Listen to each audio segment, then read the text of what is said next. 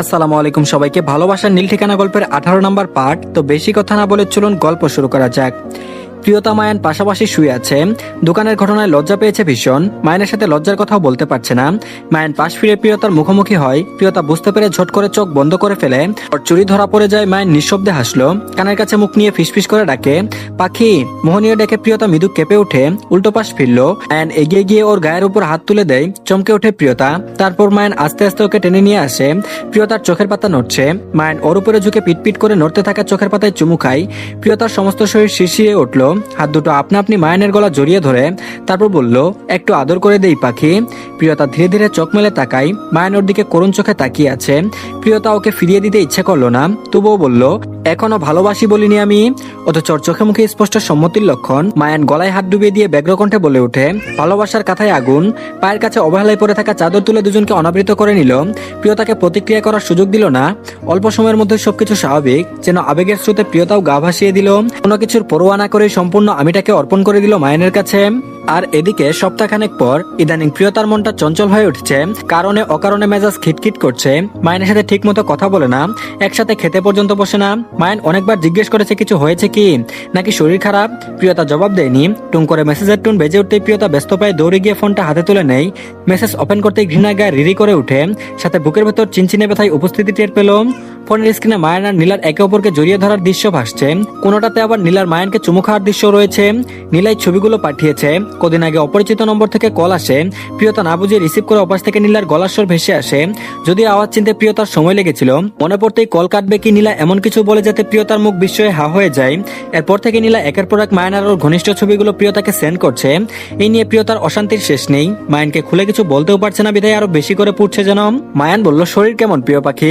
দেখো তোমার favourite ice cream নিয়ে এসেছি। মায়ান ঘরমাক্ত শরীরে এইমাত্র বাড়ি ফিরল। প্রিয়তা কোনো কিছু না বলে চুপচাপ আইসক্রিম নিয়ে ফ্রিজে রেখে দেয়। তারপর বলল, কি ব্যাপার, না খেয়ে তুলে রাখলে যে? প্রিয়তা বলল, এমনি পরে খাবো। মায়ান চিন্তিত হয়ে এগিয়ে এসে প্রিয়তার কপালে হাত রাখে। শরীরের তাপমাত্রা পরীক্ষা করে বলল, শরীর তো ঠিকই আছে, তাহলে এমন করছো কেন? কিছু কি হয়েছে? প্রিয়তার চোখ পড়ল মায়ানের শার্টের কলারের ভাঁজে। কি সুন্দর গাঢ় লাল লিপস্টিকের দাগ জলজল করছে। প্রিয়তা শার্টের কলারে হাত চেপে রেখে একটু এগিয়ে এসে ভালো করে দেখতে লাগলো। মায়ান হৈ হৈ করে বলে ওঠে, আরে আরে করছো কি? বাইরে থেকে আসলাম, ফ্রেশ হই, তারপর না হয় রোমান্স করা যাবে। প্রিয়তা বিরক্ত হলো। কলারে হাত রেখে তেজি গলায় জিজ্ঞেস করলো, এখানে লিপস্টিকের দাগ কোথা থেকে এলো? মায়ান হকচকিয়ে গেল। কলারে হাত রেখে জিজ্ঞেস করে, কোথায়? প্রিয়তা ওকে টেনে নিয়ে আয়নার সামনে দাঁড় করিয়ে চোখে আঙুল দিয়ে দেখিয়ে দেয়। মায়ের নীলার কথা তুলতে যাচ্ছিল না, কথাটা কিভাবে ঘোরাবে ভাবতেই প্রিয়তা খুব প্রকাশ করে বলল, আমাকে আর ভালো লাগে না তাই না? এত তাড়াতাড়ি পুরনো হয়ে গেলাম, নাকি আমার রূপ সৌন্দর্য সব হারিয়ে গেছে যে আপনাকে পরনারীর কাছে যেতে হচ্ছে? প্রিয়তার দুঃসাহসিক কথাবার্তায় মায়ান চরম অবাক হয়। কণ্ঠ কঠিন করে বলে ওঠে, কি সব বলছো? প্রিয়তা বলল, একদম ঠিক বলছি। আমি প্রায়ই দেখি আপনার শার্টে ফিমেল পারফিউমের স্মেল। আমি তো পারফিউম ব্যবহার করি না, আপনার শরীর থেকে মেলি গন্ধ আসে কি করে? বলবেন আমাকে? ওহ প্লিজ, কোনো ফালতু এক্সকিউজ দেবেন না, আমি কোনো ছোট বাচ্চা নই।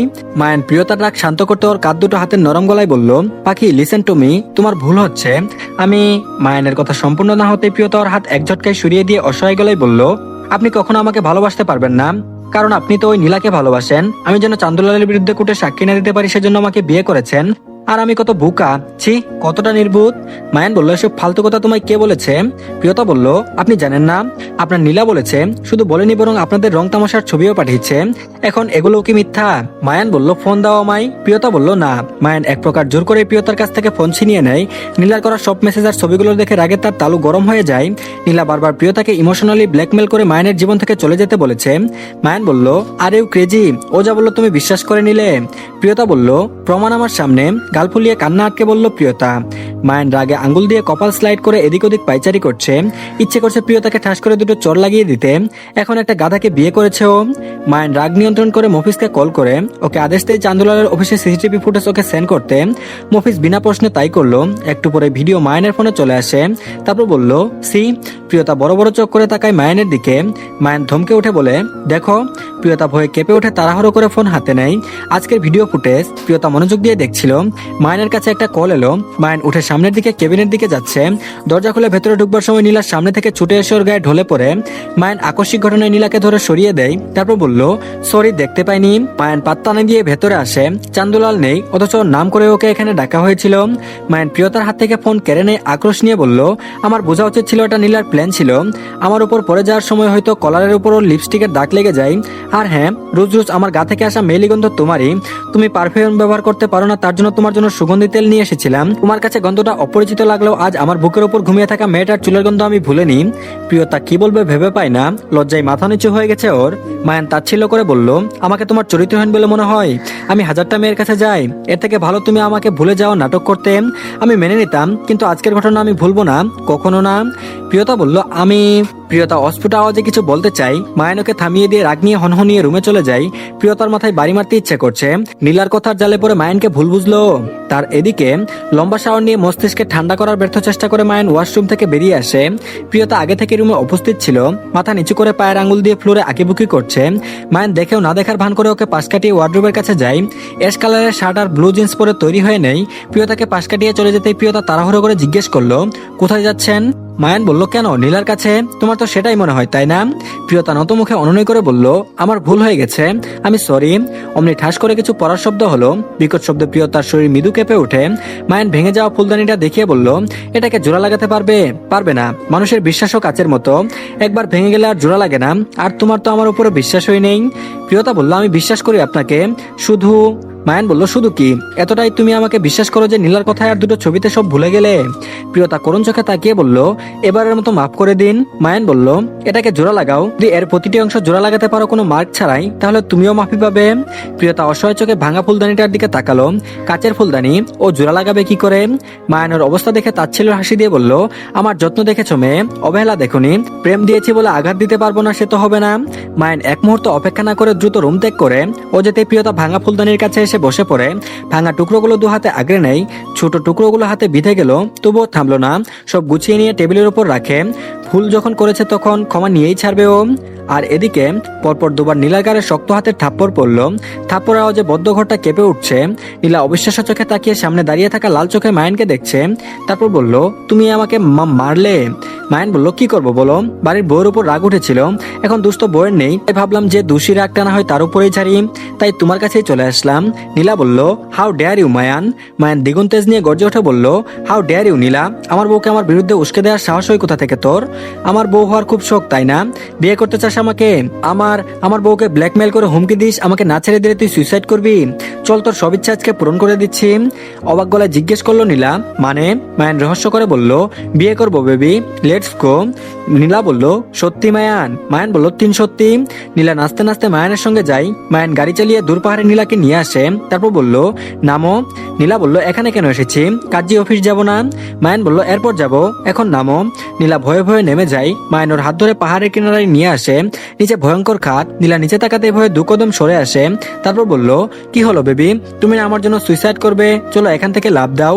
মায়ান বলল, পাগল হয়ে গেছো তুমি, এটা ঠিক না, তুমি বলেছিলে আমায় বিয়ে করবে। মায়ান বলল, তুই আগে লাভ দে শালি, বেঁচে ফিরলে বিয়ে কেন, বাসরও করবো। নীলা বলল, তুমি একটা সাইকো, পাগল হয়ে গেছো, তুমি ছাড়ো আমায়। নীলা পালাতে লাগলে মায়ানোর হাত খপ করে ধরে ফেলে দাঁতে দাঁত চেপে বলল, কই যাস, আমাকে বিয়ে করবি না? কত সাহস বেয়াদব একটা, আমার ভোলা ভালা বউয়ের কানে বিষ ঢালিস, এত সাহস তোর? তোকে আজকে আমি না মেরে বাড়ি ফিরবো না। নীলা বলল, দেখো মায়ান, ছাড়ো আমায়, যেতে দাও, ভাইয়া জানলে কিন্তু। মায়ান বলল, চুপ রাখ তোর ভাইও, তুই মরলে কে জানবে আমি তোকে মেরেছি, এখন বকর বকর ছেড়ে লাভ দে। নীলা কোনো মতে মায়ানের হাত থেকে ছুটে এক দৌড় দেয়। মায়ান পেছন থেকে ডেকে ওঠে, বেবি কাম টু মি, আমাকে বিয়ে করবে না? আরে পালাচ্ছ কেন বেবি? নীলার চোখের আড়াল হতে দুটো গাড়ি দিয়ে গাড়িতে বসে। চিন্তা হচ্ছে না জানি বেচারি বউটা এখন কি করছে। যত যাই হোক, মায়ানের 10টা না 5টা না একটা মাত্র বউ, কত সাধনার ফল তাকে কষ্ট দিয়ে মায়ান থাকতে পারে। মায়ানের রাগ শান্ত হলেও উপরে উপরে রাগী ভাবটা বজায় রেখে বাড়ি ফিরে। প্রিয়তা সেই থেকে দরজার সামনে বসে আছে। মায়ান ভেতরে ঢুকতে প্রিয়তার মলিন মুখটা চোখে পড়লো। খারাপ লাগলো ওর, কিন্তু না, একটু শাস্তিপ্রাপ্য মেয়েটার, যেন মায়ানকে ভুল বুঝার আগে 100 বার চিন্তা করে। মায়ান ওকে পাশ কাটিয়ে যেতে লাগলে প্রিয়তা পথ আগলে দাঁড়ায়। চঞ্চল গলায় বলল, খাবেন না? আমি খাবার গরম করে রেখেছি। নিরলস গলায় জবাব দিল মায়ান, খেয়ে এসেছি। ধিমি গলায় প্রিয়তা বলে উঠল, ও। বুক ছিঁড়ে হতাশার নিঃশ্বাস বাতাস ছড়িয়ে দিল যেন। মায়ান রুমে চলে গেল। প্রিয়তাও ধীরে ধীরে ডাইনিং টেবিলের কাছে যায়। মায়ানের রাগ ভাঙানোর জন্য রান্না করেছিল। বলতে গেলে মায়ানের পছন্দের খাবার টেবিল ভরে ফেলেছে। এক এক করে সব খাবার ফ্রিজে ঢুকিয়ে রাখলো। খারাপ লাগছে, কান্নারা গলায় দলা পাকে গেছে। প্রিয়তা সাই দিলেই তারা চোখ বেয়ে অশ্রু হয়ে ঝরে পড়বে। মায়ান বিছানায় শটান হয়ে শুয়ে ডান হাত মুখের উপর রেখে চোখ মুখ ঢেকে রেখেছে। প্রিয়তা ওর রাগ ভাঙানোর জন্য ঠিক কি করতে পারে সেটাই দেখতে চাই ও। প্রিয়তা দেরি করে রুমে এলো। সতর্কতার সাথে দরজা বন্ধ করে টেবিলের উপর কিছু একটা রাখলো। মায়ান সবটাই অনুভব করছে। এর পরপর ওই প্রিয়তা আস্তে করে এগিয়ে গিয়ে মায়ানের পায়ের কাছে মেঝেতে বসে পড়ে। ওর পায়ে হাত রাখতেই মায়ান চমকে উঠলো, কিন্তু উঠলো না। প্রিয়তা মায়ানের পা জড়িয়ে ধরে ফুপিয়ে কাঁদতে লাগলো। ওর চোখের পানিতে মায়ানের পা ভিজে যাচ্ছে। মায়ান আর কি নিজেকে সংযত করতে পারলো না, ধরফরিয়ে উঠে বসলো। প্রিয়তার কোনো নড়চড় নেই, ও এখনো মায়ানের পা জড়িয়ে ধরেই রয়েছে। তারপর বলল, কি করছো প্রিয় পাখি, তোমার জায়গায় কি আমার পায়ে? প্রিয়তা কিছুই শুনলো না, আহাজারি করে আকুতি ভরা গলায় বলে উঠলো, আমি কিচ্ছু জানি না, আপনি আমাকে শাস্তি দিন, তাই বলে এভাবে অবহেলা করতে পারেন না, আমি নিতে পারছি না। অতঃপর উঠে গিয়ে টেবিলের উপরে রাখা ফুলদানিটা মায়ানকে দেখিয়ে বলল, এটাকে জোড়া লাগাতে পারলে আপনার বিশ্বাস ফিরে পাবো বলেছিলেন না, দেখুন আমি জোড়া লাগিয়ে দিয়েছি, একটাও দাগ নেই। মায়ান লক্ষ্য করলো প্রিয়তা ক্লে দিয়ে সুন্দর করে দাগগুলোকে ঢেকে দিয়েছে। তারপর বলল, এবার তো মাফ করবেন তাই না? মায়ান বলল, এদিকে আমার কাছে এসো। মায়ান হাত বাড়িয়ে ডাকলো ওকে। প্রিয়তা চুপচাপ শান্ত হয়ে বসলো ওর পাশে। মায়ান প্রিয়তাকে এক সাইড থেকে আলগুছে জড়িয়ে ধরলো, প্রিয়তাকে নিজের সাথে আষ্টে পিষ্টে জড়িয়ে নিল, বুকে মুখ গুজে কিছুক্ষণ বিলাপ করলো। মায়ানের ওকে অবহেলা করায় অভিযোগ করলো। পরিস্থিতি স্বাভাবিক করতে মায়ান দুঃখ প্রকাশ করে বলে ওঠে, আমার বউ আমাকে জড়িয়ে ধরে আদর করে ঠাসঠুস করে কয়েকটা গরম গরম চুমু খেতে পারতো না? তা না করে তিনি আমার পা জড়িয়ে ধরে বসে রইলেন। প্রিয়তার বুক থেকে অল্প মুখ বের করে চোখ পিটপিট করে তাকায়। মায়ান ছোট বাচ্চার মতো ঠোঁট উল্টে আছে। ওকে অবাক করে দিয়ে প্রিয়তা হাঁটুতে ভর দিয়ে উঁচু হয়ে মায়ানের মুখটা দুহাতে আজলা দিয়ে তুলে নেয়। সময় নষ্ট না করে পরপর কয়েকবার কপালে চুমু খায়। তারপর বলল, এবার হয়েছে। মায়ানের সারা শব্দ নেই, বিস্ময়ের শোকে চলে গেছে যেন। তারপর বলল, মাঝে মধ্যে আমার সাথে কিছু একটা ঘটে যাচ্ছে, আমি ঠিক বুঝতে পারছি না। কখনো মনে হচ্ছে আমার বউ আমাকে চুমু খাচ্ছে, আবার কখনো মনে হচ্ছে সে আমাকে জড়িয়ে ধরেছে। আচ্ছা, আমি কি স্বপ্ন দেখছি? অমনি গলায় ব্যথা পেয়ে আর্তনাদ করে উঠে প্রিয়তা জোরেই কামড় দিয়েছে গলায়। তারপর বলল, স্বপ্ন না, সত্যি, আমার ওই ভুল।